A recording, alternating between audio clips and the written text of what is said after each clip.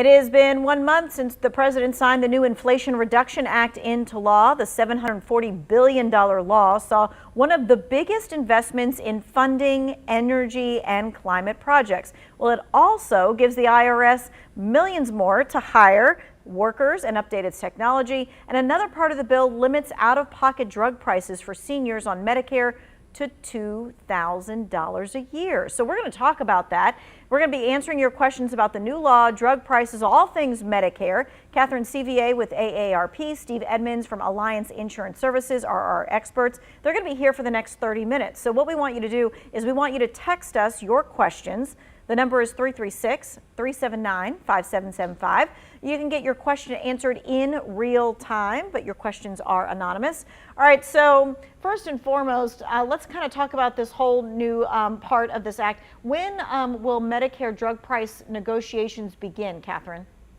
So they're putting together their plan now, and the first of the 60 drugs that'll ultimately be negotiated for will be offered to Medicare recipients at a new price in 2024. That will be the first time we've negotiated drugs on the Medicare side. The remaining will be added on over the next periods of time, with all 60 being available in 2029.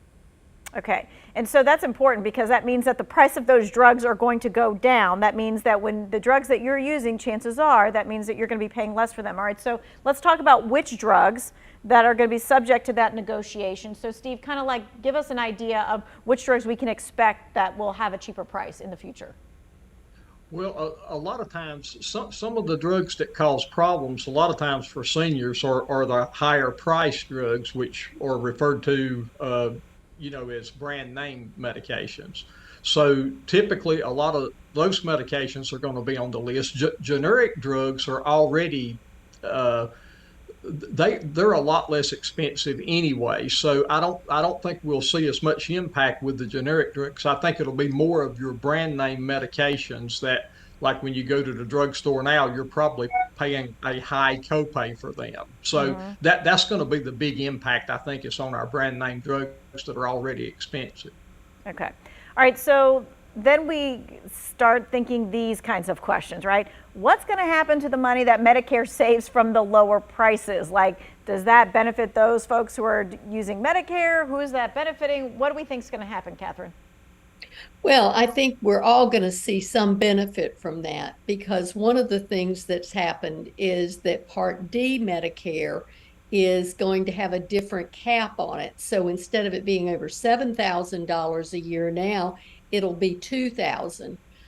The other thing that happens because of the act is that there is a cap on how much the premium can go up for Medicare Part D. So that's going to keep more money in the pocket and less that's likely to go up over time. So there's a lot of downstream benefit for all of us if they can keep prices under control. All right, definitely the lower premium. People definitely want to hear that for sure. No question. No question. And so what we're putting up right now are all the different parts of Medicare. So Steve, she just mentioned Part D, but let's go through A, B, D, and what Medigap is. Okay, so it's relatively simple. A lot of times people are really confused when they start seeing all these letters, A, B, C, D, and all this stuff in dealing with Medicare. But Part A is basically your hospitalization coverage, and that's basically it. But Part B is huge. It is a big umbrella of coverage, and it'll go from everything for paying for your doctor visits, specialist visits, physical therapy, radiologist, anybody working in the medical field. Part B is going to pay that, and it's also going to pay for labs. It'll pay for stuff like scans, like PET scans, MRIs, this type thing. All of that is also Part B. Also, Part B is what we call durable medical equipment, which would be medical equipment that you use at your home. So Part B is huge. It's a big umbrella of things, and of course, it's the one that carries a premium of $170 that comes out of your Social Security check now. So Part A is free. Part B, you have to pay $170 $1.10 for each month. Right. Okay. And so we're going to get through that, the fact that you have to sign up for Medicare when you turn a certain age. But we already got this question, and I want to make sure that we get it. Will insulin be in the first round of drugs to be negotiated? My copay for a bottle of insulin is over $500 a month. So, Catherine, what do we know about that?